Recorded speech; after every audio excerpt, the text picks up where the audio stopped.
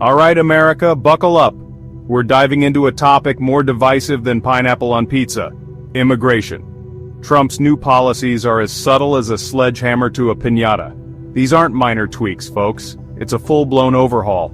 Over the next few chapters, we'll break down these changes and their impact.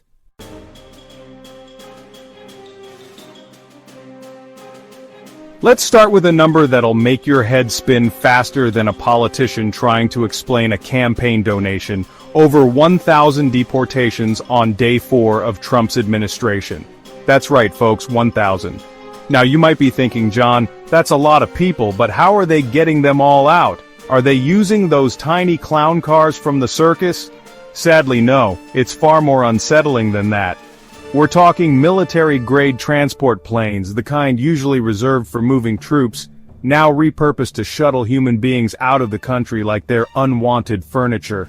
And it's not just the planes themselves that are chilling, it's the sheer scale and speed of it all. A whistleblower from Border Patrol described the process as an assembly line of deportations, leaving no time for review, no time for compassion, just a relentless churn of human beings being processed and expelled.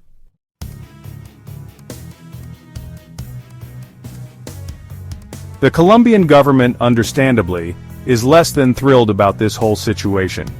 They've issued strongly worded statements, summoned the U.S. ambassador for a stern talking to, and started using phrases like humanitarian crisis and violation of international law. Now you might be thinking, John, isn't this just diplomacy as usual? A bit of posturing, a few angry press releases, everyone goes back to business as usual? Oh, sweet summer child, how I envy your naivete. This isn't just a diplomatic spat, it's a sign of a much deeper rift, a fundamental disagreement about the very nature of human rights and international cooperation. And it's not just Colombia. Mexico, El Salvador, Guatemala, even Canada, yes, Canada, are all raising concerns about the Trump administration's aggressive deportation policies. It's almost like bullying your neighbors isn't the best way to maintain good international relations. Who would have thought?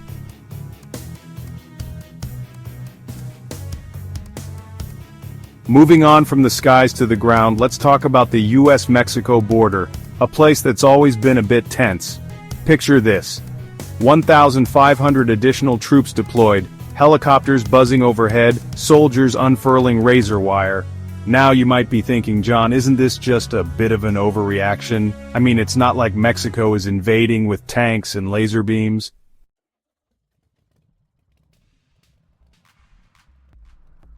Despite fewer border crossings under Biden, we're spending billions on troops and barbed wire. It's almost like this border crisis narrative is overblown. Addressing root causes like poverty and violence might be more effective. But hey, what do I know? I'm just a guy with a TV show.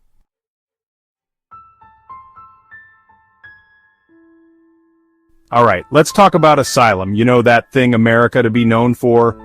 Offering refuge to those fleeing persecution. Well, pack up your Statue of Liberty and shove it in a closet.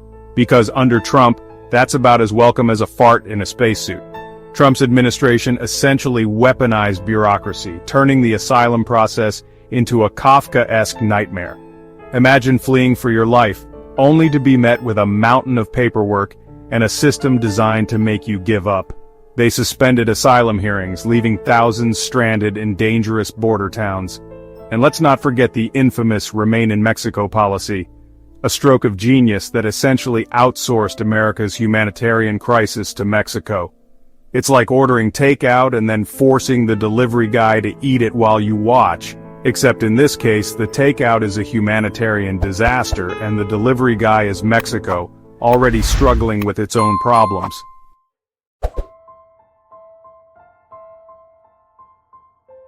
Now, the Trump administration would have you believe that these changes were about cracking down on illegal immigration. But the reality is far more cynical.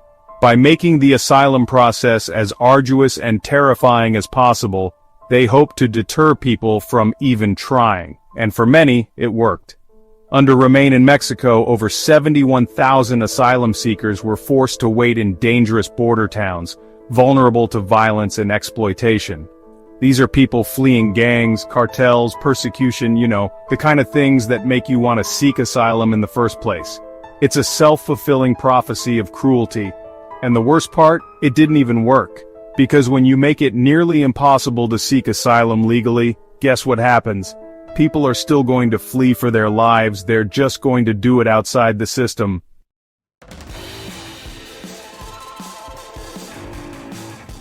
Remember when you thought the Trump administration couldn't possibly make things worse at the border? Well, buckle up because they found a way. Enter the CBP One app. Sounds innocuous enough, right? Like something you'd use to order a pizza, not navigate the complexities of the US immigration system. And yet this little app became a lifeline for asylum seekers. It allowed them to schedule appointments with immigration officials, bringing a semblance of order to the chaos. But then, in a move that surprised absolutely no one, the Trump administration decided to pull the plug, leaving over 30,000 migrants with confirmed appointments in digital limbo. Imagine this. You fled your home, traveled thousands of miles, risked everything to escape danger.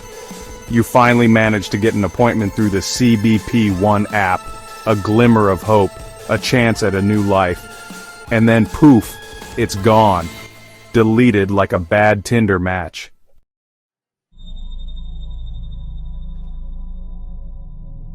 The removal of the CBP One app wasn't just cruel, it was strategically idiotic. See, as much as the Trump administration loved to rail against open borders, the app actually helped to manage the flow of migrants, allowing officials to process cases more efficiently. But efficiency, it turns out, was not the goal. The goal was chaos.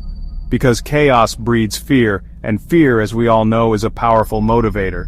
Immigration advocates were quick to condemn the move, calling it the death of an organized process. And they were right. By plunging the system into further disarray, the Trump administration effectively ensured that desperation, not order, would reign at the border. This wasn't about fixing a broken system, it was about breaking it even further. It was about sending a message.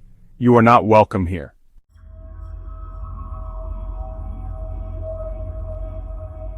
Remember Remain in Mexico? That delightful little policy we talked about earlier?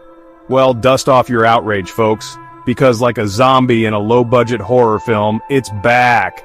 After being briefly shelved by the Biden administration, Remain in Mexico was resurrected by the Trump administration. Asylum seekers, many of whom had already endured harrowing journeys, were being turned away at the U.S. border and told to wait in Mexico for their asylum hearings.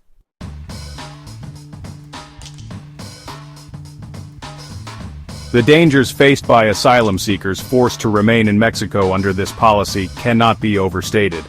We're talking about towns like Ciudad Juarez, which consistently ranks among the most dangerous cities in the world. These are places where criminal gangs operate with impunity, where kidnappings and extortion are commonplace, and where seeking help from authorities is often futile. In fact, according to Human Rights First, there have been over 1,500 publicly reported cases of murder, rape, torture, kidnapping, and other violent attacks against asylum seekers returned to Mexico under this policy. So, to recap, flee violence and persecution in your home country, travel thousands of miles to seek safety in the United States, only to be sent back to a place where violence and persecution are rampant. It's the geopolitical equivalent of throwing someone a life preserver, then yanking it away and tossing them a cinder block instead.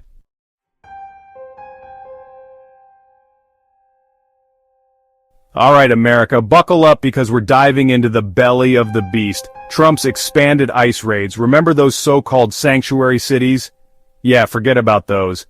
Under these new orders, ICE can waltz into any nook and cranny they please. Churches, schools, hospitals. Apparently nothing is off limits. It's enough to make you want to build a panic room in your basement and stock it with Twinkies and a year's supply of Xanax. The Trump administration, of course, justifies these raids as simply enforcing the law. But let's call it what it is, a full-blown assault on immigrant communities, leaving them living in a perpetual state of fear. Because who needs peace of mind when you can have law and order, right? And let's not forget the human cost. Families torn apart, children traumatized, communities living in constant fear.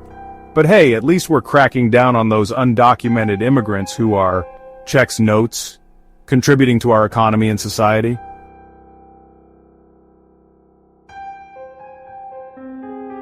Alright America, buckle up because we're diving into Trump's expanded ICE raids. Remember those so-called sanctuary cities? Forget about those. ICE can waltz into any nook and cranny they please.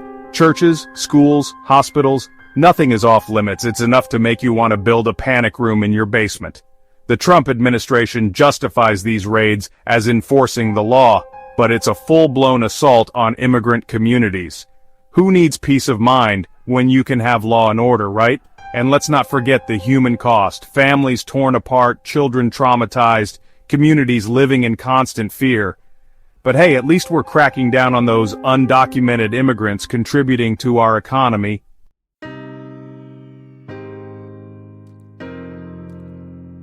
Don't just take my word for it. Let's hear from actual immigration advocates. They call these raids inhumane and cruel. One advocate described a raid as pure chaos. Parents hiding children, whispers of La Migra. The Trump administration sings a different tune. They claim these raids keep communities safe, but barging into churches and ripping families apart? America's looking less like hope and more like a nightmare.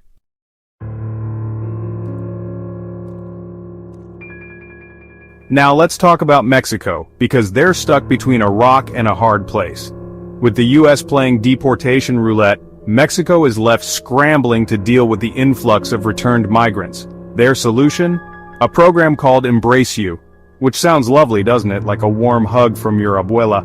But the reality is a bit more complicated. Picture overcrowded shelters, strained resources, and a whole lot of uncertainty. Mexico, to their credit, is building shelters and trying to provide aid, but with thousands of people being deported every week, it's like trying to put out a dumpster fire with a squirt gun. And let's not forget the emotional toll. These people are being sent back to countries they may have fled years ago, often with nothing but the clothes on their backs and a pocket full of shattered dreams.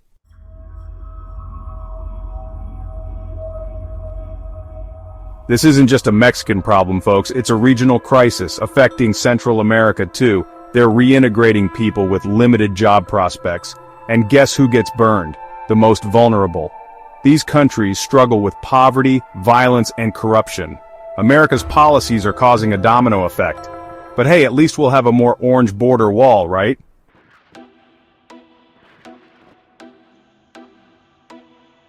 Welcome to America's immigration courts, folks, where the wheels of justice grind slower than a sloth in quicksand.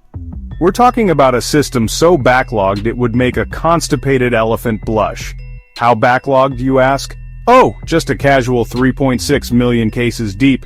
That's right, 3.6 million lives hanging in the balance, waiting for their day in court. But here's the catch: with fewer judges and more deportations than ever, that day may never come. Now, some might argue that these courts are just overwhelmed, but let's be real, this backlog is a feature, not a bug. It's a deliberate tactic to delay justice and keep people in limbo. Because nothing says due process like making people wait years, sometimes decades, for a hearing. The result? Families separated, lives uprooted, and a system teetering on the brink of collapse. But hey, at least it's not our problem, right?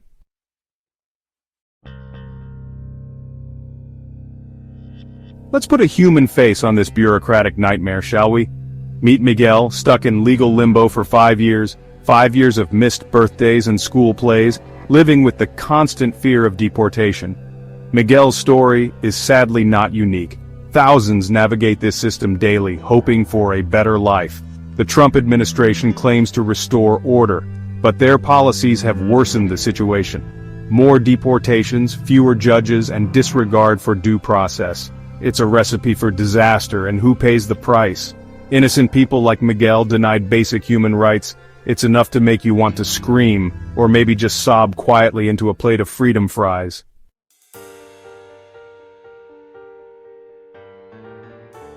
Let's talk about Maria. Maria crossed the border seeking asylum with her 2 young children. But one late night, ICE came knocking. Maria's American dream turned into a nightmare. Her story isn't unique. It's the pattern.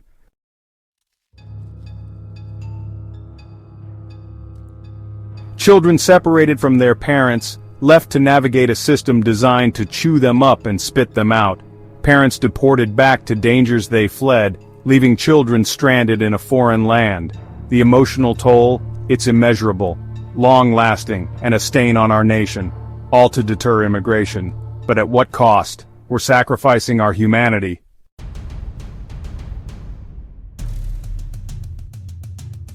So, here we are, standing at the precipice of, well, something. It's like we've wandered into a remake of The Fog, but instead of Adrienne Barbeau and a spooky fog bank, we've got Stephen Miller and a thick cloud of xenophobia. These changes to immigration policy, they're not existing in a vacuum. They have consequences. Big, sweeping, knock-on effects that ripple out and impact every facet of American life. We're talking about a workforce in flux, with industries built on the backs of immigrant labor suddenly facing shortages. We're talking about families torn apart, their collective dreams shattered like a cheap piñata at a child's birthday party gone wrong.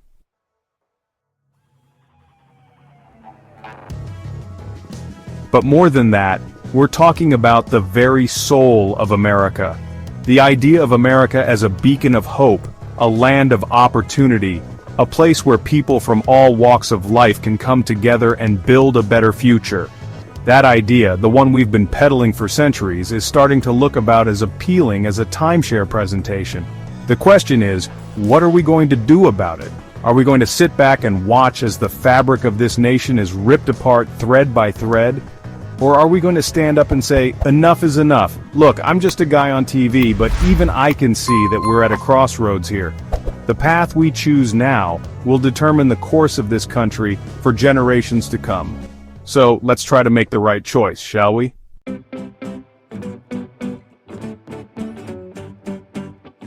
Trump's immigration policies have fundamentally reshaped the landscape of America. But the question we're left grappling with is this: at what cost? Because this isn't just some abstract policy debate happening in the hallowed halls of Congress. This is about people, real live, breathing human beings with hopes, dreams, and fears just like the rest of us.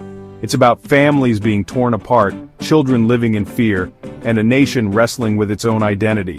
The soul of America is at stake, and it's up to each and every one of us to decide what kind of country we want to be.